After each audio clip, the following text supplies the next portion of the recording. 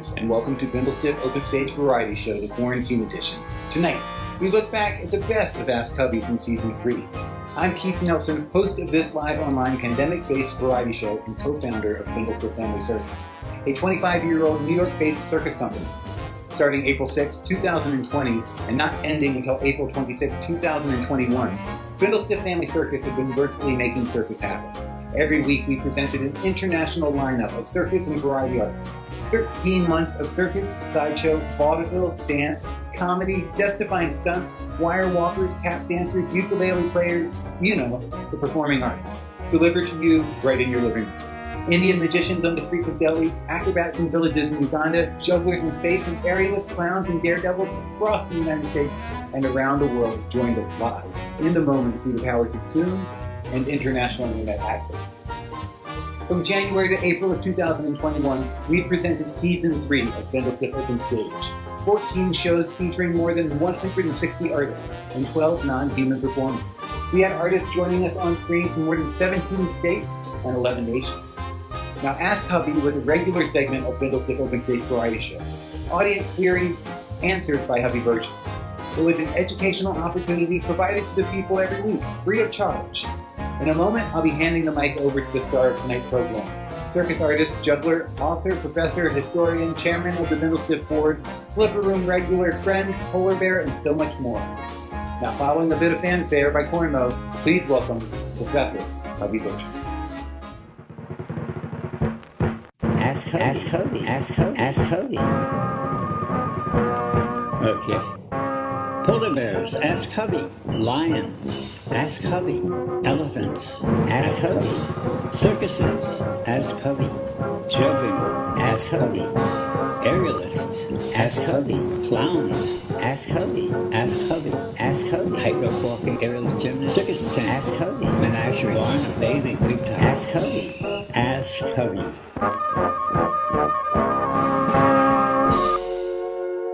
Ask Hovey.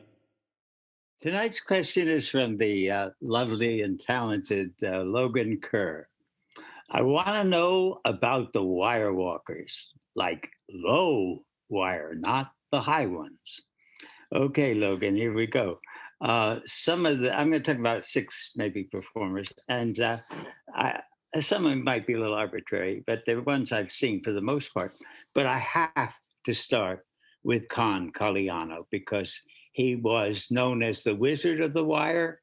I don't know whether they would have called him if the W didn't go with the W in wire, but the circuses love alliteration, whether it's Wizard of the Wire or Con Calino. His real name was, excuse me. His real name was Cornelius. Did you see that fly out of my hand?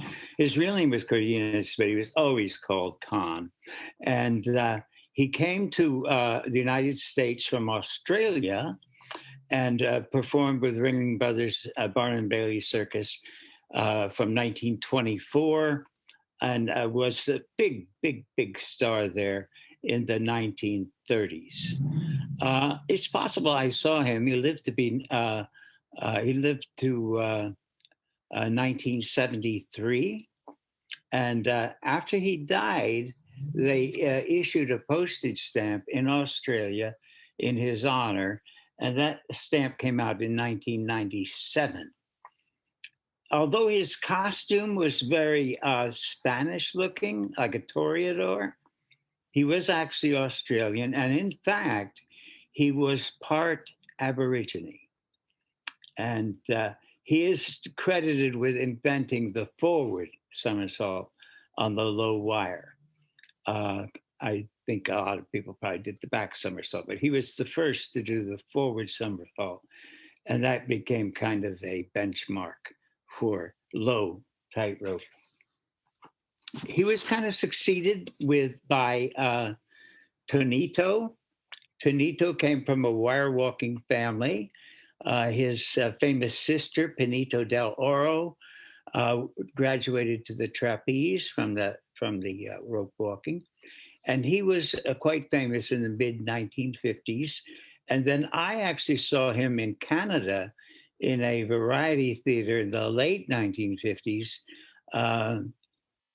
performing his wire act, including a forward and backward somersault, to be sure. And then in the 60s, maybe 10 years later, I saw Nina Logatchova. Nina Logatchova was born in 1931. She was Russian, but she came to the United States, I believe, with the second tour of the Moscow Circus and appeared in the old Madison Square Garden. This picture is a capture actually from a video. So it's a little blurry, but she was probably the most famous of the Russian female rope walkers, and she did it all to classical music. She was excellent. And then there was a guy that was the son of Dmitri the Clown. His name is David Dmitri, and he learned the act too. Just as a side note, his famous dad, Dmitri the Clown, was at a festival in La Crosse, Wisconsin in 1974 when David was only 11 years old. And I helped Dmitri find a unicycle to send back to his son in Switzerland. And we made a crate for it. I did make a crate for it, and it just barely fit in it. I almost got a dirty look from Dmitri when it almost didn't get in. But anyway, this would be at the Big Apple Circus about maybe around 1997. And he's doing the back somersault.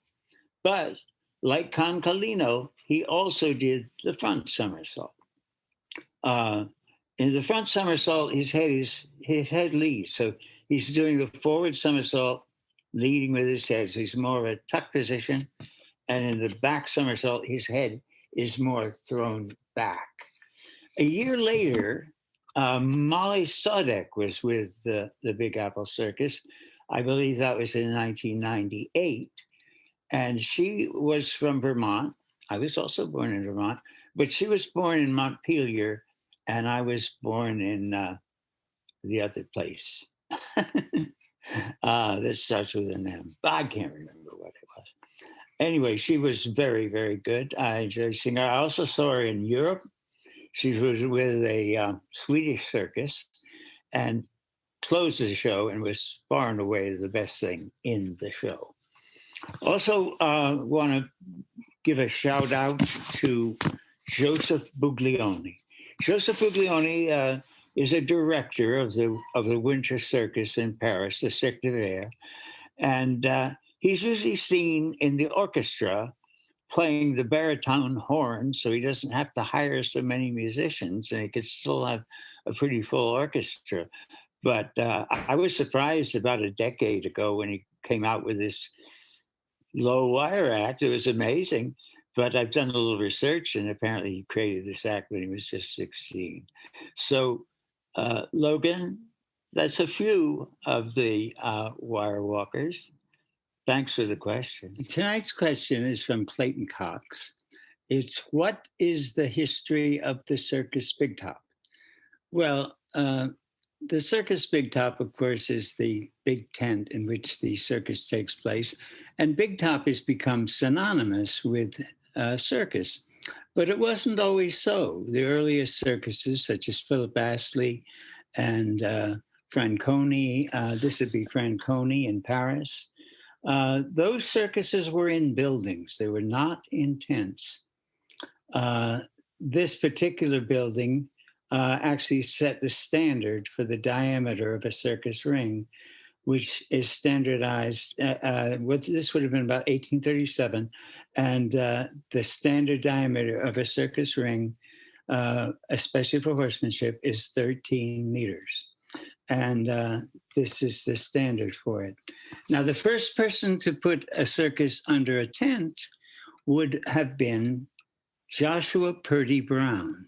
He would have been in the Somers area of New York.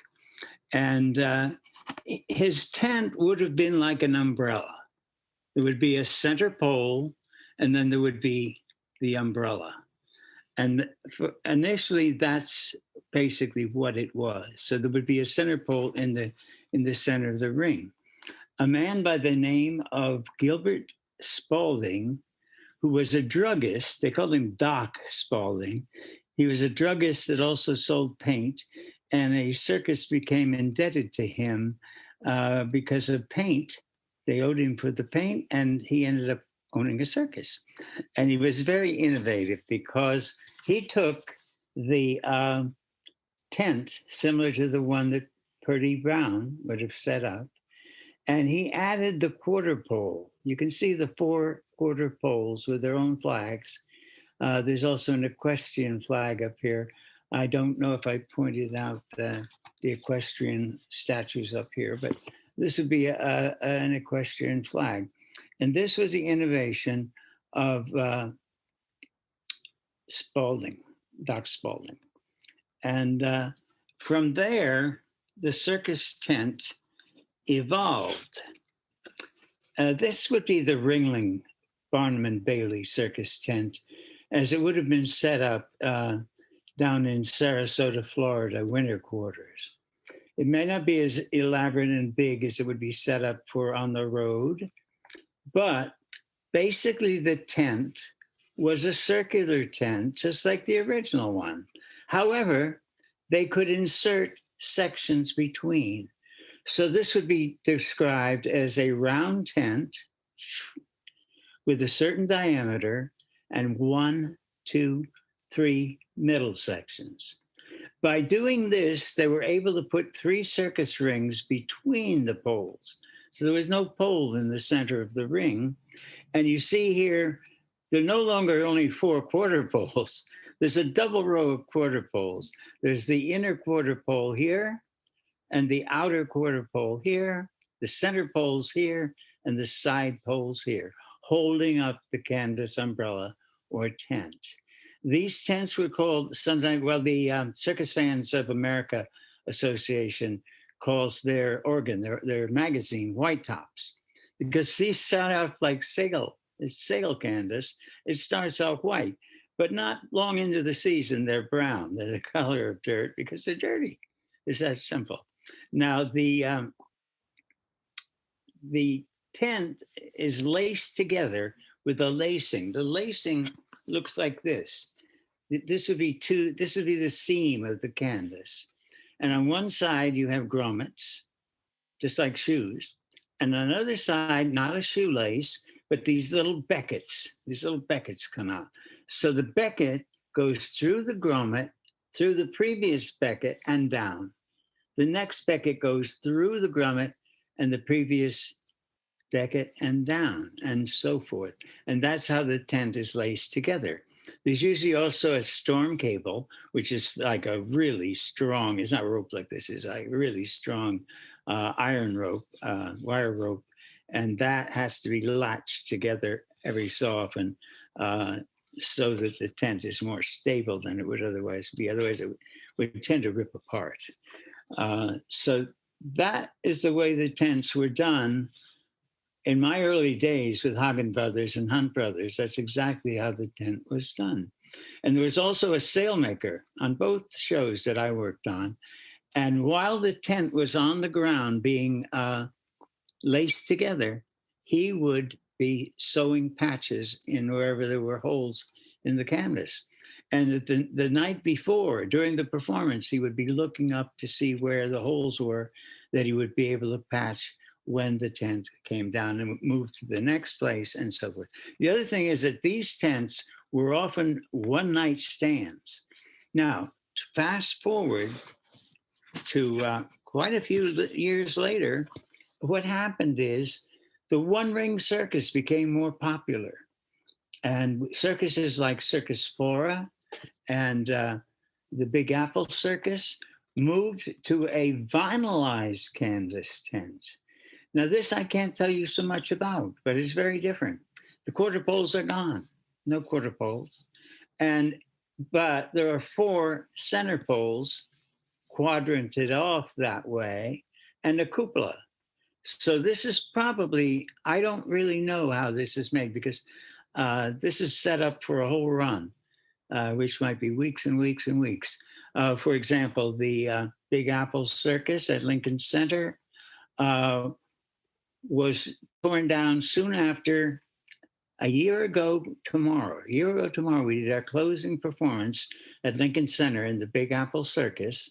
And then the tent was torn down.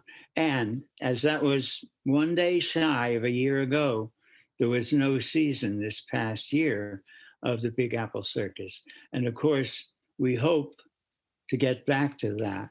I mean, this is the wrong kind of Groundhog's Day, in my opinion.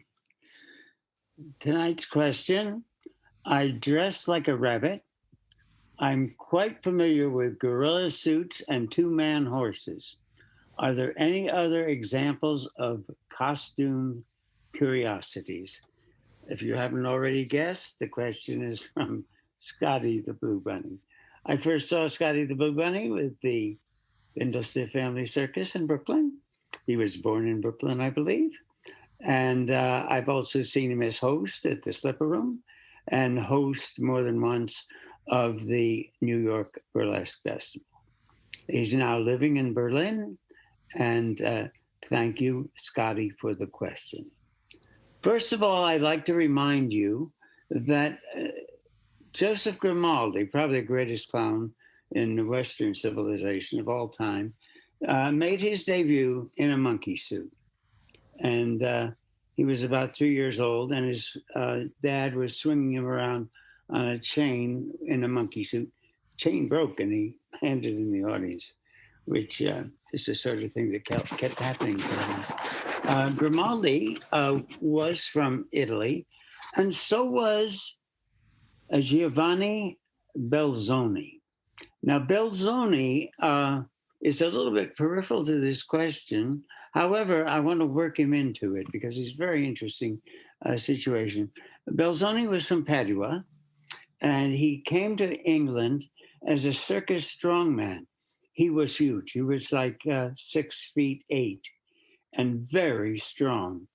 And he actually performed with Grimaldi in the pantomime called Jack the Giant Killer. And Grimaldi was Belzoni's dwarf. And Belzoni was the giant that Jack had to kill. But he also then went to Astley's Amphitheater where he worked. And then he went to Egypt to pick up some antiquities, I believe, for a British gentleman. And because he was a strong man, he seemed to be the guy for the job. But he had quite a recognition thing in the streets of Cairo because he saw a farce. And in this farce, a guy who did not own a camel sold that camel to another guy. And this is just like right out of the pantomime to him. And the camel was, even though it was in Cairo, Egypt, the camel was not a camel. It was two men under a blanket. Now, Belzoni also was the first one to go into the second pyramid. It had been sealed since ancient times. And he was the first one in modern times to go in and break in and get in there, and made him a major Egyptologist. But I remember him for the issue of the camel in the farce in Cairo. Besides the camel, we have in the musical Gypsy, we have the moo cow, whose name was Caroline. And also when One of Us, which is Julie Atlas Muse, and Matt Fraser did their Christmas pantomime a few years ago here in New York. They had a cow too, and the cow, his name was Daisy. And this is Silly Simon, played by Mark Roper, who did a nice little song. Surprisingly familiar. It seemed a lot like the song in Gypsy, I guess. We also have predators that are quadrupeds, such as the Chinese lion. This is very traditional. There's two lions, and they have ribbons in their hair, and they're very acrobatic. This is made up of two men. Each lion is two men.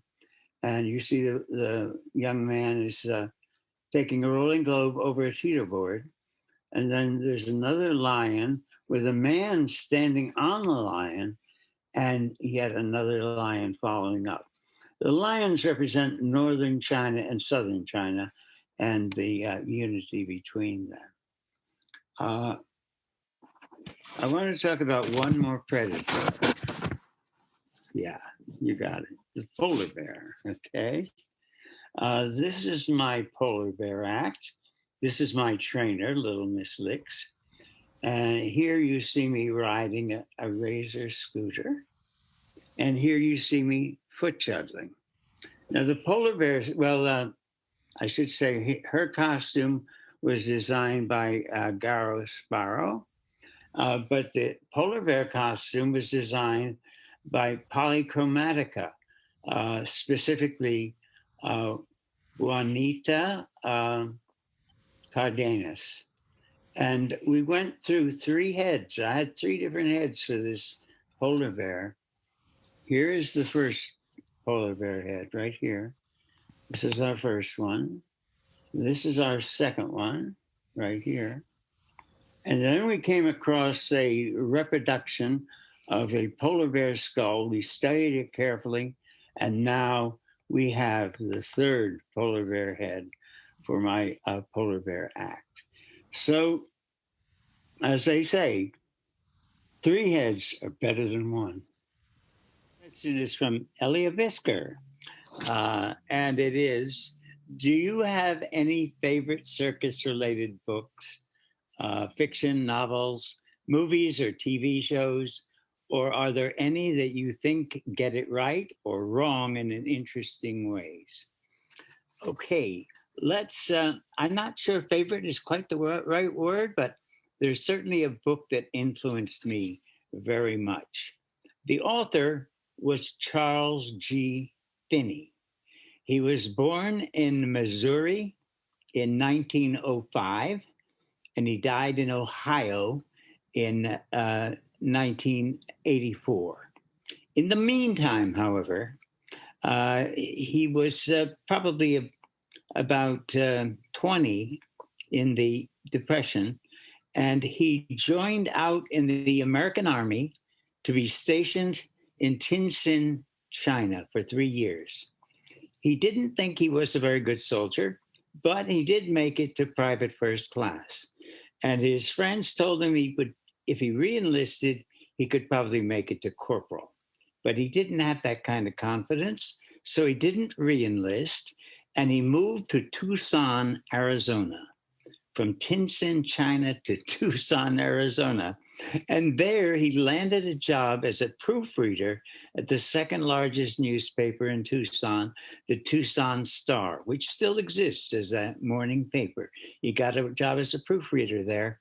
And there he began his novel, or it is not science fiction, it's a fantasy, called The Circus of Dr. Lao, where various things come together. His experience in China, combined with the experience of being in Arizona, working for a newspaper, plus Greek mythology.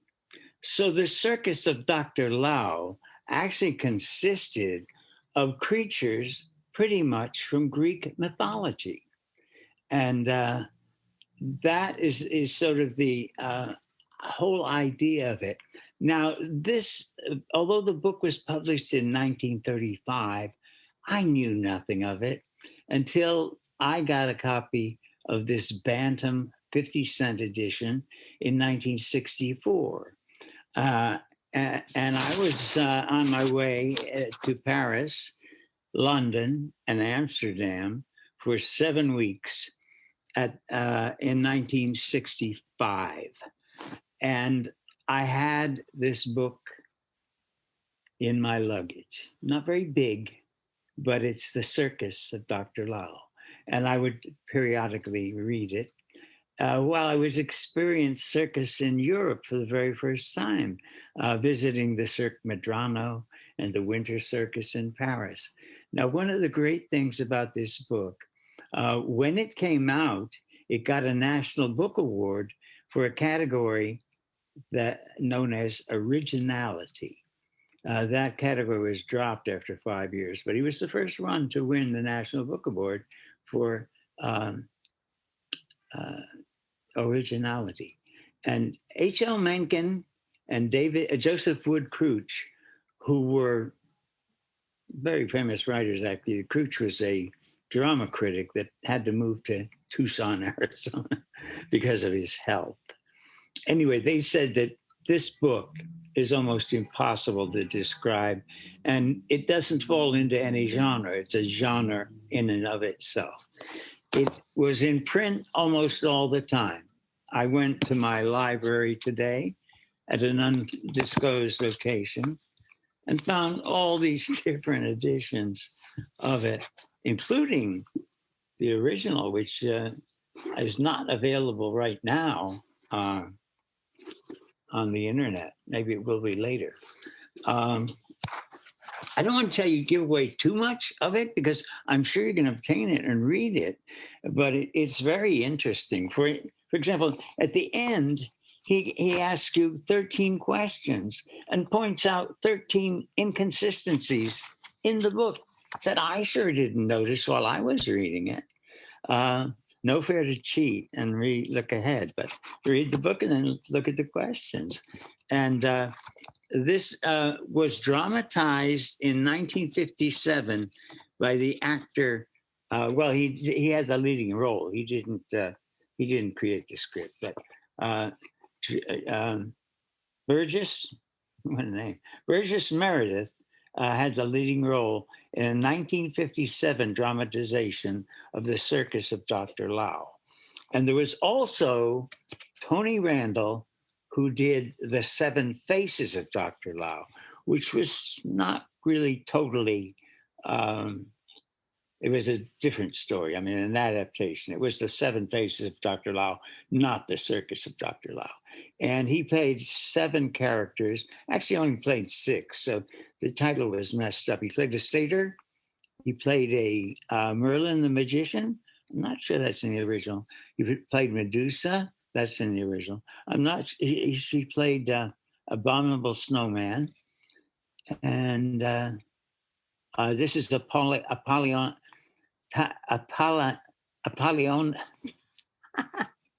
It's not the dentist. Apollyon. Anyway, of Tyana. He was blind, and he was the fortune teller for the circus. And the snake, the sea serpent, that's not Tony Randall. That's the bad guy from it. So if you get a chance, pick up a copy of The Circus of Dr. Lau by Charles Grandison Finney. I think you'll find it delightful. And it certainly had a big influence on me. And I'd like to thank Elia Bisker for the question. Now tonight we pass the hat so we can keep bringing joy and wonder to the world. Your donations support the circus. Your contributions not only help us continue to bring entertainment to the masses, they allow us to continue community youth programs, provide support to emerging artists, and produce free events such as the New York City Unicycle Festival. You can use any of these payment methods to support our work. The question is from Cesar A. Mendez. I'm curious about the character and history of the circus geek, beyond what is stated in Wikipedia and the pop media image. Well, indeed, Wikipedia doesn't say much about the circus geek or the carnival geek. It just mentions that the geek used to be associated with carnival performers. That's it.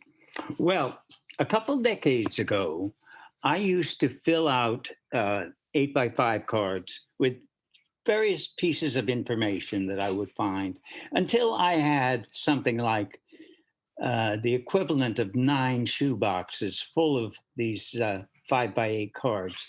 This is a phone board, but you know what I mean.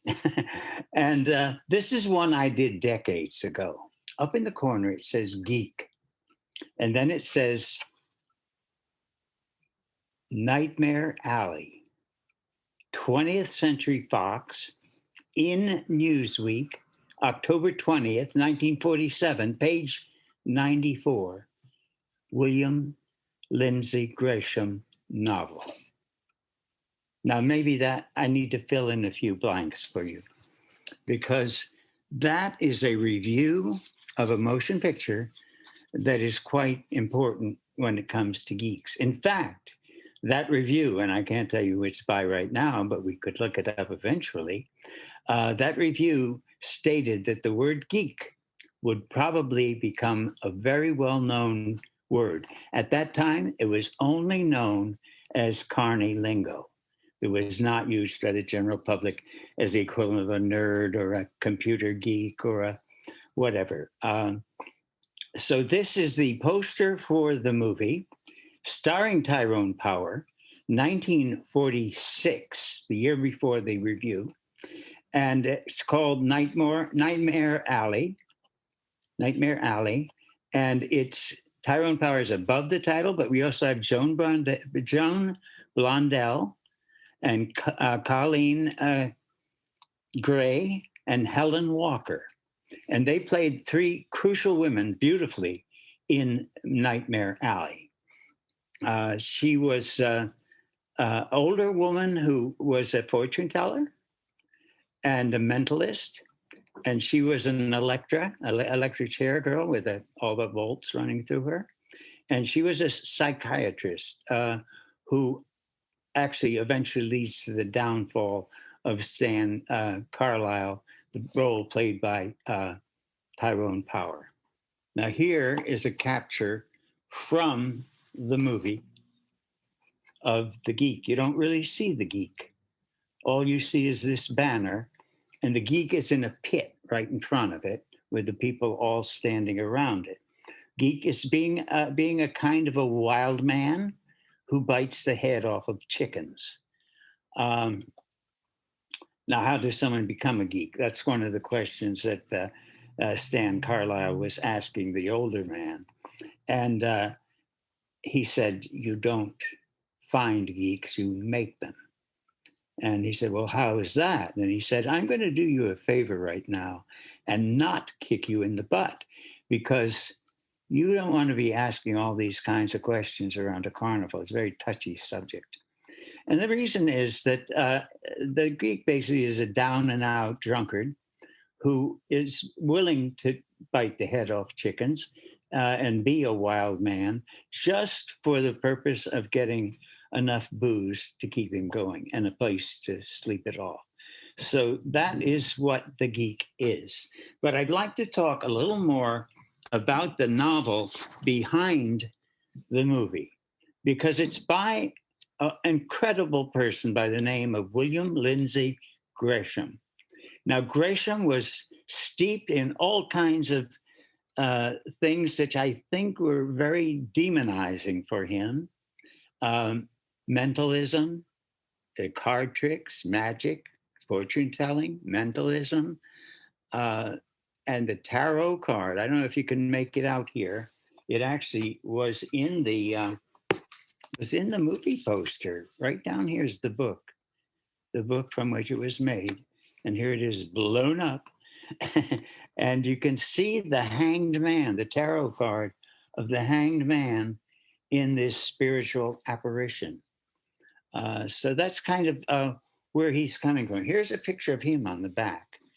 This is William Lindsay Gresham. And this book, by the way, is virtually unobtainable. This is the original hardcover edition from 1946. It happened to be in my family. My parents had it in the house. I just kind of liberated it from my parents with their consent, of course, at a certain point. So I didn't pay anything for this. As far as I know, the only available copy right now is on the internet, maybe Abe Books or something, $500. And apparently it's the only one out there. Now, Gresham was most famous for this particular novel, but he wrote other fascinating books. For example, he wrote Monster Midway. That was in the 1950s. And right here it says, by the author of Nightmare Alley. And he also wrote a nice book about Harry Houdini, the man who walks through walls. William Lindsay Gresham, author of Midnight Alley. Nightmare Alley, not Midnight, Nightmare Alley. Okay. So thank you very much, Cesar, for this question. And keep them coming. I need questions. If I don't get questions, I'm going to be like a geek without his booze. I'm going to start biting heads off of chickens. So please send me more questions. Thank you. Are we going live? We are live on the Bindlestiff family circus, and it's my honor to be standing in right this second for my brother from another mother, my BFF, my BAA, the one and only Mr. Hobbyburgess. I think the camera loves me. Now, this week's question, excuse me, a little sip of milk. This week's question comes from Ambrose Martos, and it's a question many people have been asking Hovey over the months. And this beautiful award-winning show has been running since the start of the pandemic. And it's a question that Hovey doesn't really feel too comfortable answering himself. He's fine, he's alive, don't you worry. Some of you might have noticed I'm not actually Hovey. My name, of course, is Wilfredo. I'm a lover, I'm a thinker, and I can't deal with these glasses anymore. Hovey's napping in the back room. Hovey, you don't need glasses, you need a guide dog. Wilfredo appearing as Hobbyburgess. So let's take a little look at the early life of Hobbyburgess himself. Now, Hobbyburgess was born on the 8th of September, 1940. Was an only child, and he was bottle-fed, which probably explains why he has a little bit of an obsession, of course, with milk. And here he is. This is Hovey at the age of 17 years old, still in high school, still innocent. And he is a legend at this point already because he's performing his first person to perform the 7-ball lift bounce. Hobbyburgess performing the 7-ball lift bounce. Now, around this time, and this is before he graduated from high school, he found his employment in the very first circus he appeared in, and that was the Hagen Brothers 3-ring circus. You can see the poster there. He was all over Michigan with the Hagen Brothers Circus, performing a unicycle juggling act with a unicycle finish. Now, after the Hagen Brothers Circus, he moved on to the Hunt Brothers Circus, touring with the Hunt Brothers Circus juggling act, and also as a prop man. And it was this job with the Hunt Brothers Circus that led him to Zero, one of the Paramount bears, who was working at this point for the great animal trainer Eloise Birchtold, who left us to go to the great circus in the sky in 1978. And there is Eloise with Zero the polar bear right there.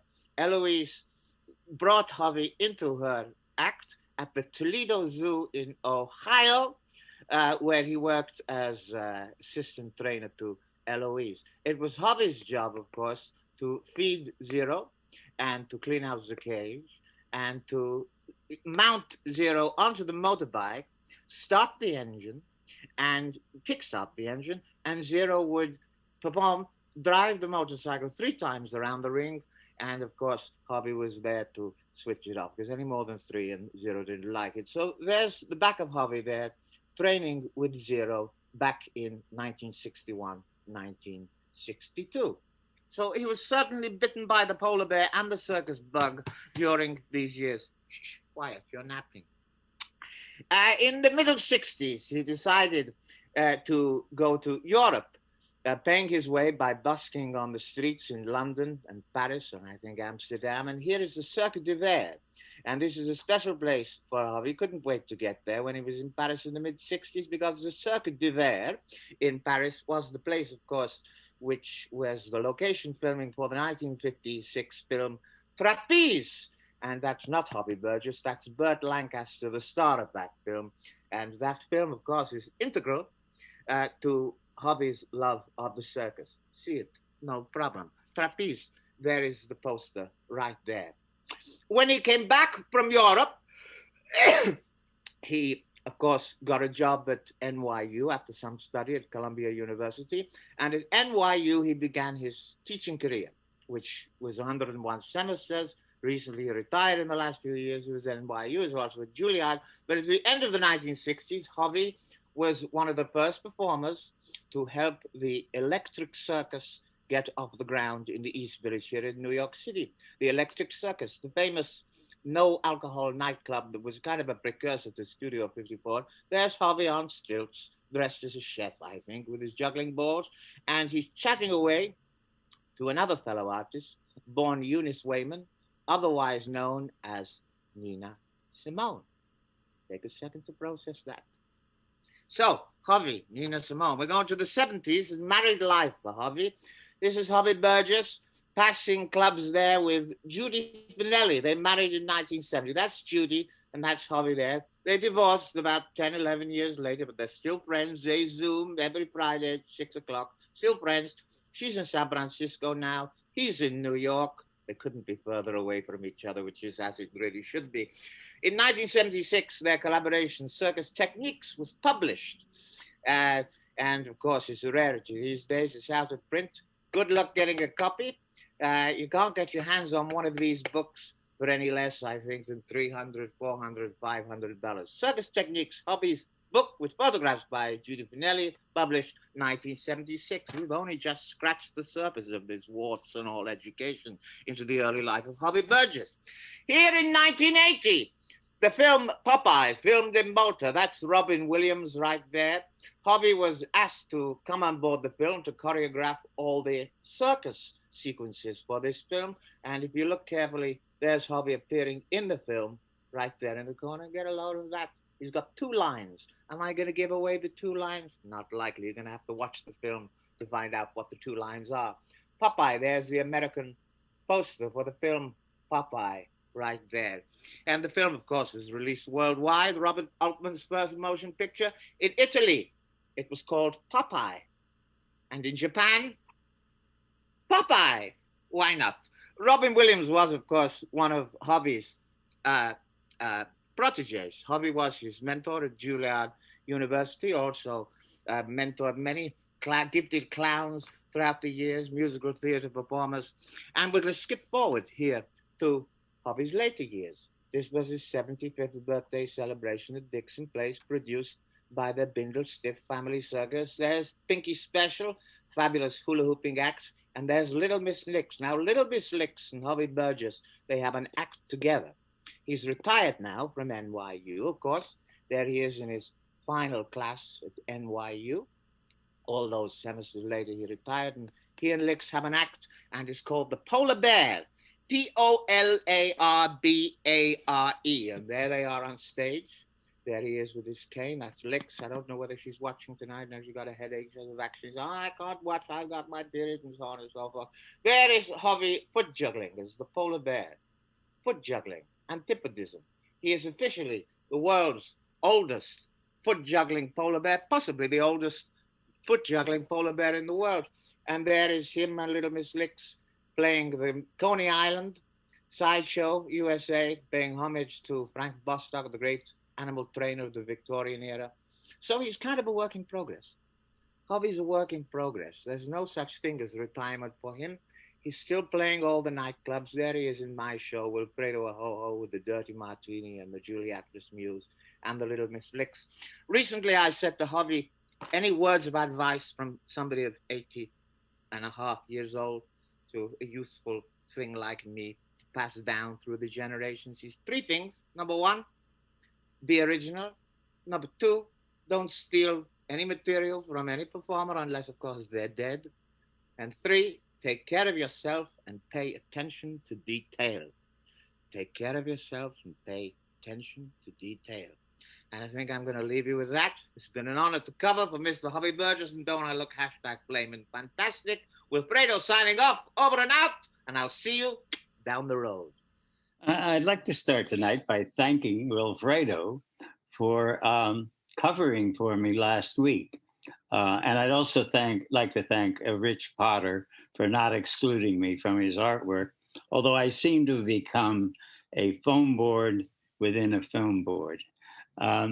Tonight's question is from Casey Lum, and the question is, what are the origins of Antipodism?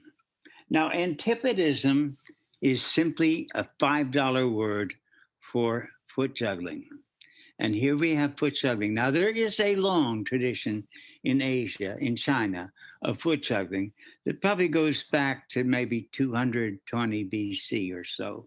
However, perhaps more interestingly, there is a tradition in North America of foot juggling that Cortez actually discovered when he went to what is now Mexico and found the Aztecs, and actually took one of the Aztec Indians or natives back to Europe, where I don't think the Chinese influence of foot juggling had yet occurred. So this is the Cortez's personal foot juggler in a couple of different poses. Now, we probably need to talk about a little bit more terminology. Antipodism means foot juggling, and I take it to mean foot juggling of objects such as a cylinder or log. But when you have foot juggling of people foot juggling other people, that in the English part of the world, English-speaking parts of the world, is called Risley. And that's named after Professor Richard Risley Carlisle, who was one of the greatest proponents of Risley, or foot juggling of people.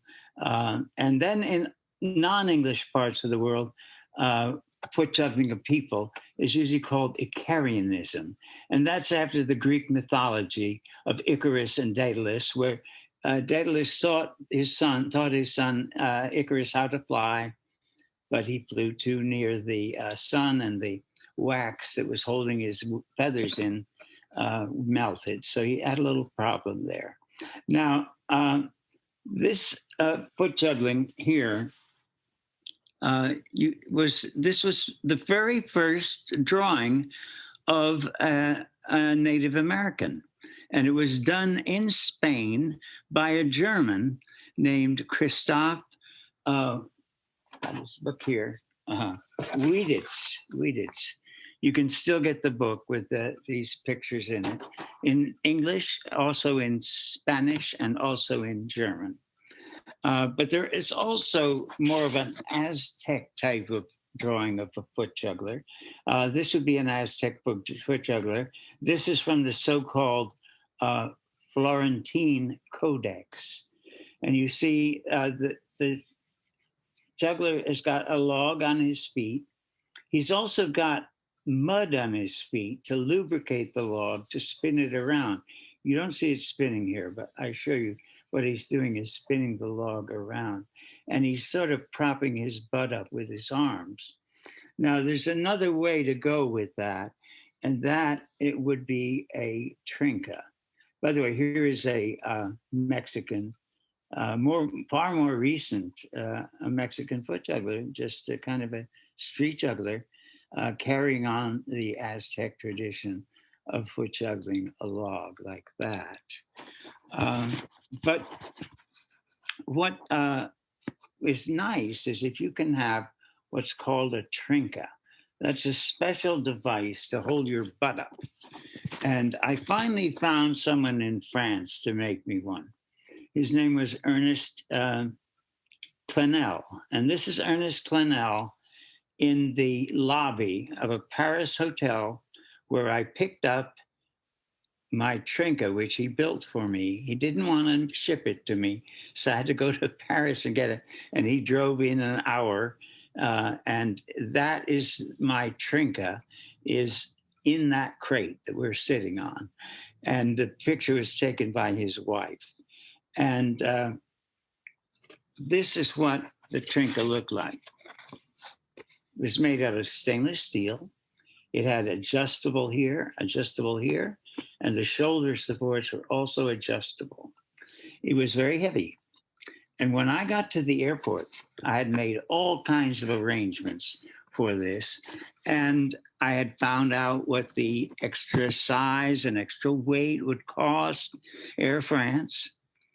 But when I went to check in, they said, this is too large and too heavy and you cannot take it on the plane.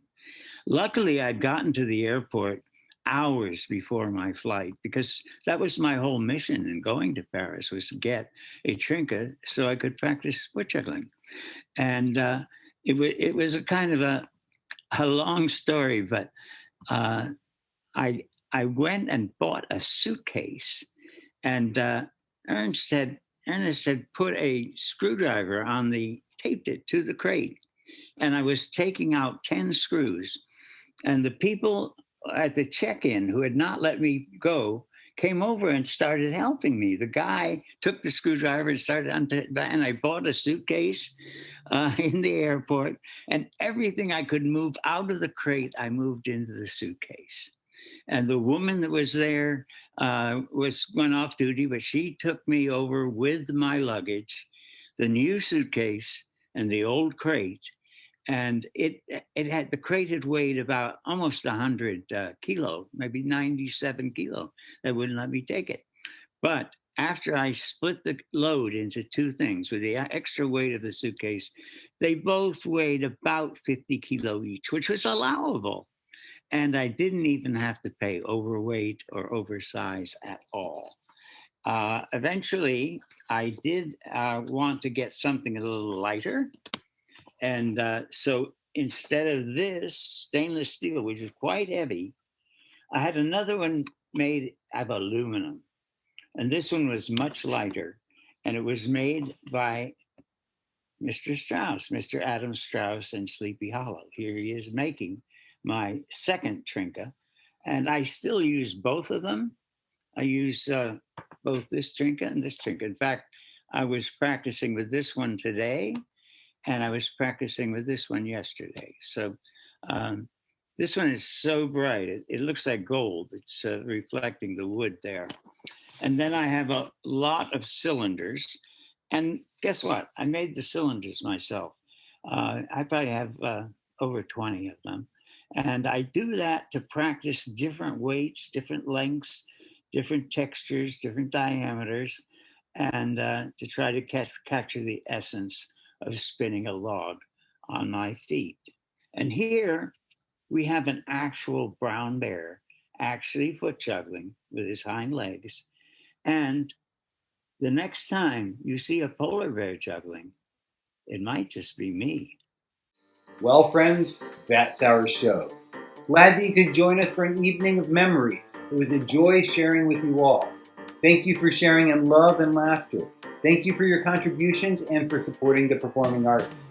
Special thanks to Chris Diaz for clipping and taping all of this footage together. Without Chris, this show would not be happening. Thank you to Elia Bisker, John Huntington, Laura Siegel, and Danielle Fetter for helping make it all work. Much appreciation to all the artists who said yes to joining us online. I have been your host, Keith Nelson, and this has been Bindlestiff's Open Stage Variety Show Season 3's Best of Ask Hovey. Stay safe, love one another, and support live entertainment.